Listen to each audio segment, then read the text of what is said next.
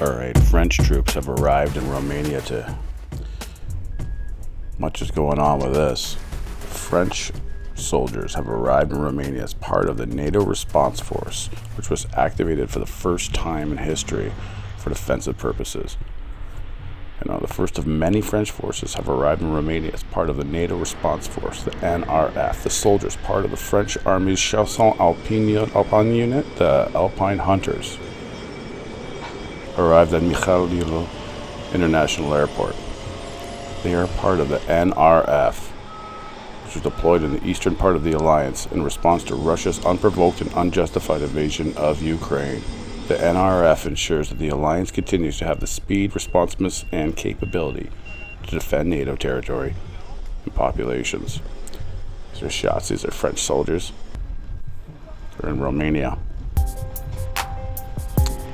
And they're getting ready. Some other news we have coming up.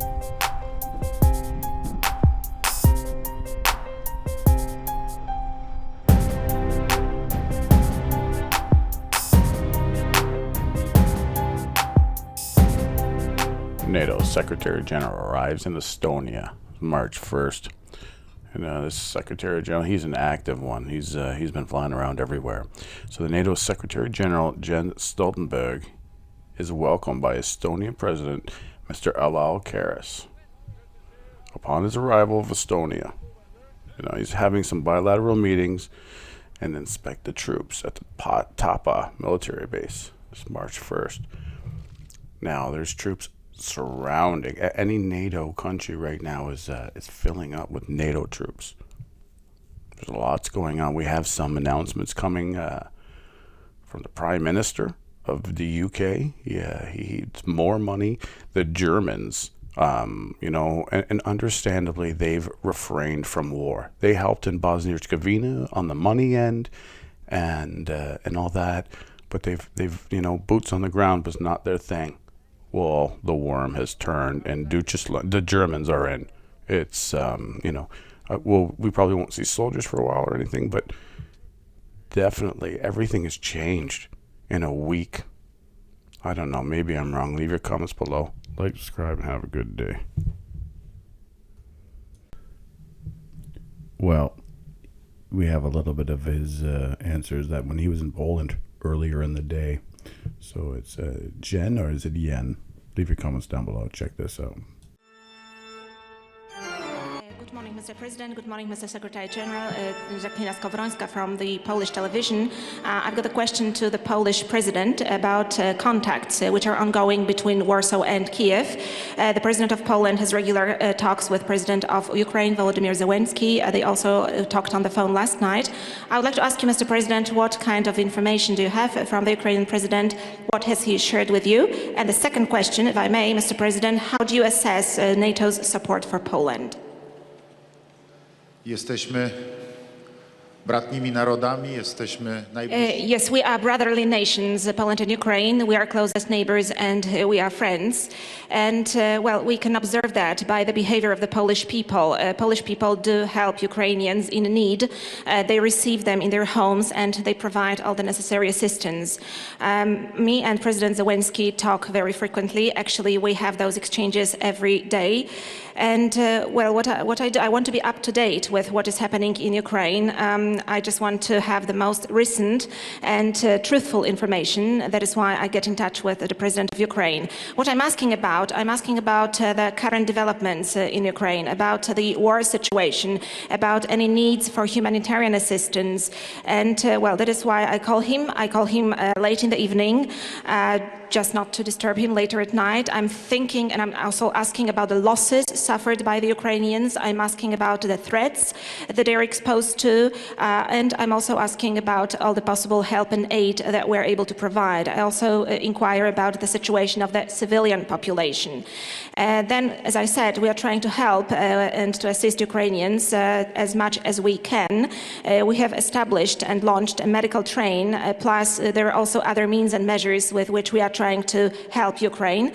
We are doing that in support of the Ukrainian people, just to demonstrate to them that they are not alone, that we are thinking about them, that we are supporting them, that they are not left alone to their own devices in this complicated situation. Good morning, TVN24, Piotr Borowski. I would like to ask about the support of NATO to Ukraine, and I would like to ask about the combat jets, fighter jets that Ukraine has asked for. Has Ukraine been already provided with them, or if not, is it going to be provided with them? And will NATO make it possible for Ukraine to use NATO airfields or air bases, like, for example, this one we are at here today?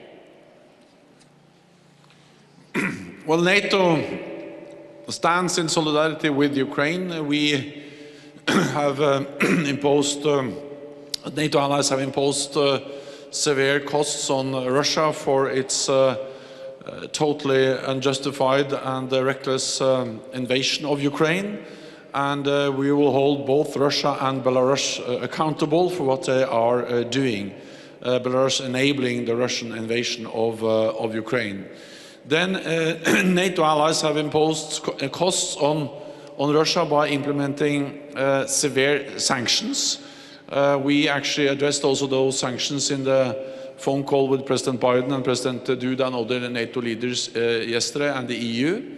And then NATO allies provide support, different types of military support, material, anti-tank weapons, air defense systems, and other types of military equipment for Ukraine, humanitarian aid, and also financial support. But NATO is not going to be part of the conflict. So NATO is not going to send troops into Ukraine or move planes into Ukrainian airspace. And then I think it's for President Duda to answer the question about potential Polish planes being made available for the Ukrainian Air Force. Ladies and gentlemen, as Secretary General has now said, we are not sending any jets to Ukraine because, well, that would suggest, or that would open a military interference in the Ukrainian conflict. We are not joining that conflict. NATO is not a party to that conflict. However, as I said, we are supporting Ukrainians with humanitarian aid. However, we are not going to send any jets to the Ukrainian airspace. Szanowni Państwo, na tym kończymy konferencję. Bardzo dziękuję Panu Prezydentowi, bardzo dziękuję Panu Sekretarzowi Generalnemu i dziękujemy Państwu. Ladies and gentlemen, this concludes our conference. Thank you very much, Mr. President. Thank you very much, Mr. Secretary General.